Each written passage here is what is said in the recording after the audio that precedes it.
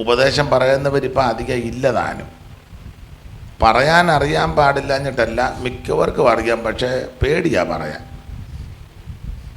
നമ്മൾ ഉപദേശം പറഞ്ഞാൽ അച്ചായൻ ചിലപ്പോൾ സഭ വിട്ടുപോകും, അമ്മാമ്മ ചിലപ്പം സഭ വിട്ടുപോകും, അപ്പുറത്തെ സഭയിൽ പോകാൻ സാധ്യത ഉണ്ട്. അവർ വലയം വിരിച്ചുകൊണ്ടിരിക്കുക, അവരേത് കേസും എടുക്കുന്ന ആൾക്കാരാണ്.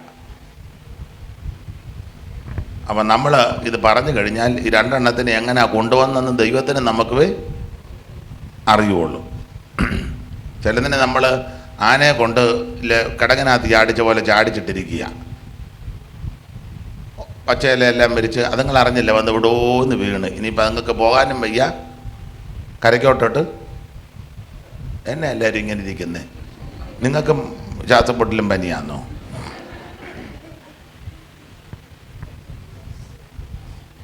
അപ്പോൾ ഇപ്പോൾ ഉപദേശം കൈക്കൊള്ളുന്നില്ല, ഉപദേശിക്കുന്നില്ല, ഉപദേശം ഇഷ്ടവുമല്ല. സഭയ്ക്കകത്ത് തന്നെ ഉപദേശം പറഞ്ഞ ഉടനെ തന്നെ പ്രശ്നമല്ലേ? പാസ്റ്റർക്ക് പരിജ്ഞാനമില്ല, അയാൾക്ക് വിവരമില്ല, അയാൾക്ക് സ്റ്റാൻഡേർഡില്ല, അയാൾക്ക് ആൾക്കാരുടെ രീതി അറിഞ്ഞ് ഇടപെടാൻ. എന്ന് ഈ പറയുന്ന വചനത്തിൽ നിന്നാണോ ഇവന്മാർ ചിന്തിക്കുന്നില്ല,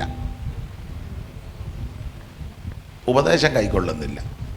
അപ്പം അതുകൊണ്ട് തന്നെ ഇപ്പോൾ സഭയ്ക്കൊക്കെ ഉപദേശം പറയാത്തത് കൊണ്ട് ആർക്കും എങ്ങനെ വേണേലും വരാം.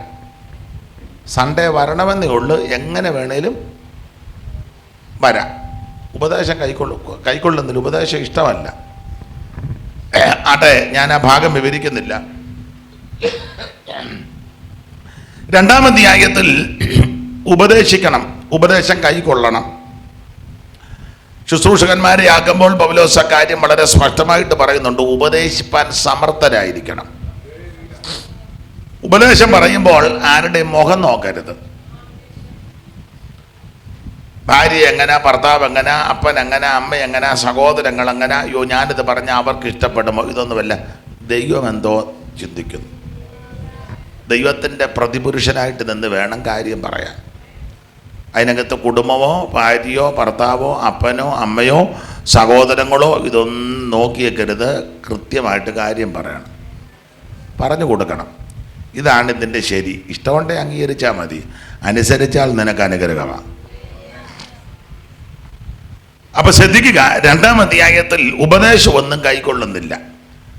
3-ാം അധ്യായത്തിൽ ഇവരുടെ ഇടയിലെ പിണക്കവും ഈർഷ്യയും 3-3.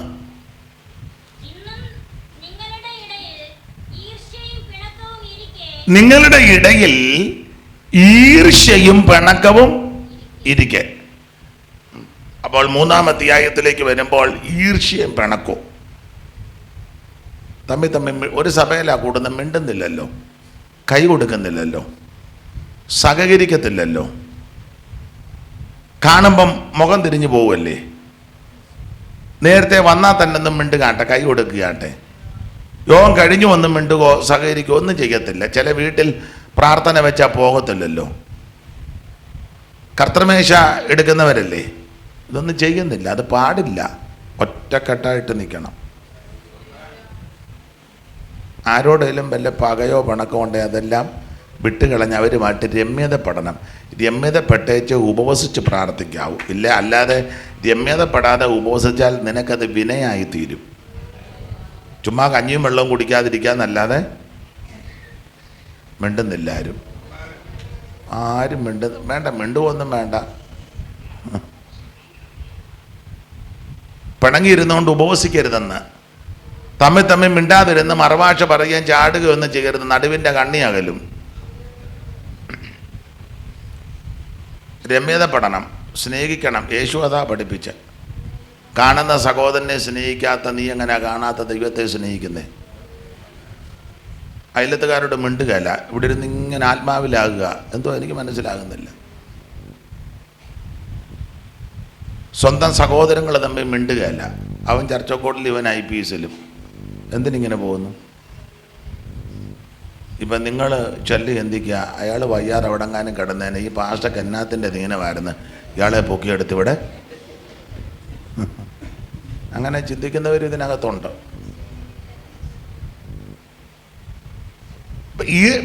ഈർഷ്യയും പിണക്കവും ഒന്നും പാടില്ല. പിണങ്ങിയിരുന്നുകൊണ്ട് പ്രാർത്ഥിക്കരുത് കേട്ടോ. അങ്ങനെ എങ്ങനെ പ്രാർത്ഥിക്കാൻ ഒക്കും?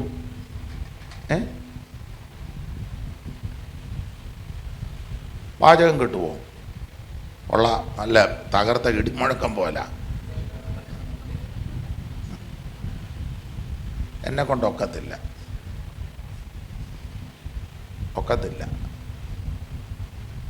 ഞാൻ വളരെ പ്രാഗൽഭ്യത്തോടൊരു കാര്യം പറയാം. ഞാൻ കഴിവിൻ്റെ പരമാവധി പിണങ്ങുകയല്ല. ഞാൻ ആരുമായിട്ടും അങ്ങനെ പിണങ്ങിയിരിക്കുന്നതായിട്ട് ഓർക്കുന്നുമില്ല. അങ്ങനെയുള്ള സാഹചര്യങ്ങളൊക്കെ ഇഷ്ടംപോലെ വന്നിട്ടുണ്ട്. അപ്പം ഞാൻ ചെയ്യുന്നത് ഒന്നെങ്കിൽ അങ്ങ് മൗനമായിട്ടിരിക്കും, ഇല്ലെങ്കിൽ അവിടെ നിന്ന് അങ്ങ് ഒഴിഞ്ഞു മാറും.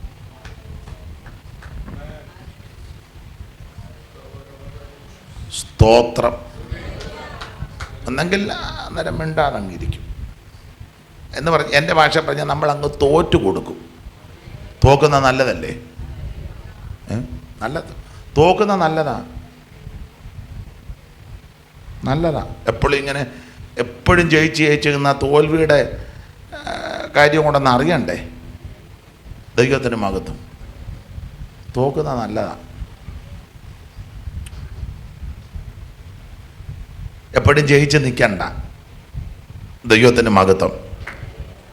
അതുകൊണ്ട് അന്യോന്യം പകയും വിദ്വേഷവും പിണക്കവും ഒന്നും വെച്ചുകൊണ്ട് പ്രാർത്ഥിക്കുകയും ഉപവസിക്കുകയും ദൈവത്തെ ആരാധിക്കുകയൊന്നും ചെയ്യരുത്. അതിന് കാരണം ദൈവം പ്രസാദിക്കത്തില്ല. പിന്നെ നമുക്ക് ബഹളമൊക്കെ ഉണ്ടാക്കാം, ഒച്ചയുണ്ടാക്കാം, മേപ്പൊട്ടി ചാടാം, അലറാം, ഓടാം, എല്ലാം ചെയ്യാം. പക്ഷേ സ്വർഗത്തിലെ ദൈവം പ്രസാദിക്കത്തില്ല. ദൈവം പ്രസാദിക്കണമെങ്കിൽ ദൈവം വെച്ച വ്യവസ്ഥ പോലൊക്കെ ആയിരിക്കണം.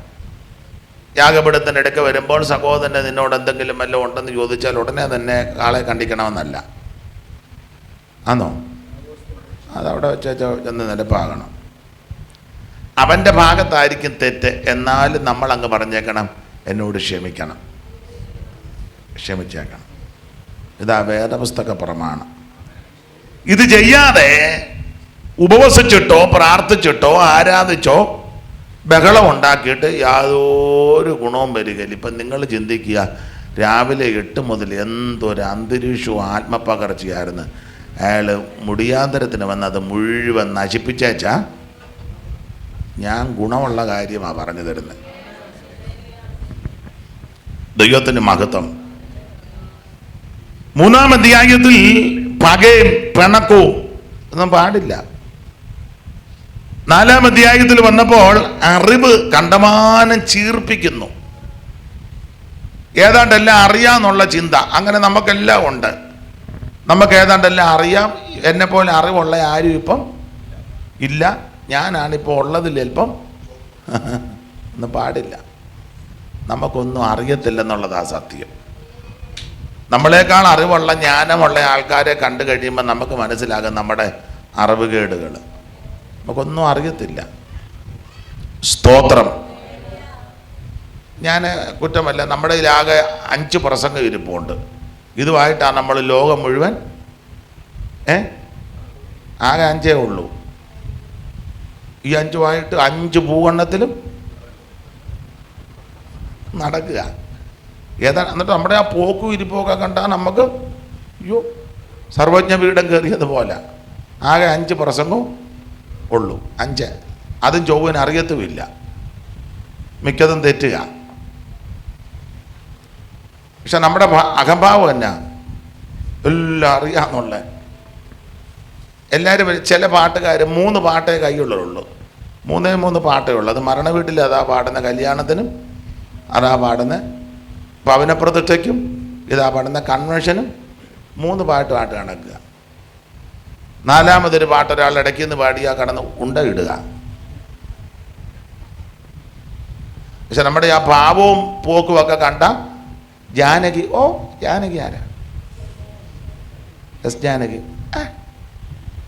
ജാനകിക്ക് പാട്ടറിയാവോ? മനോഭാവമാണ്. യേശുദാസ് ഏതാ? കേട്ടിട്ടില്ല. ഉണ്ടോ? നമുക്കങ്ങ് തോന്നുക നമുക്ക് ഏതാണ്ടല്ല ആയെന്ന്. അറിവ് ചീർപ്പിക്കുക. സത്യം പറഞ്ഞാൽ നമുക്കൊന്നും നല്ലൊരു കൂട്ടാൻ വെക്കാൻ അറിയാൻ മേല. സത്യം പറ. നാളെ പോയില്ലെങ്കിൽ നാളെ എല്ലാത്തിനും കൊണ്ട് വെപ്പിക്കാൻ പോവുക.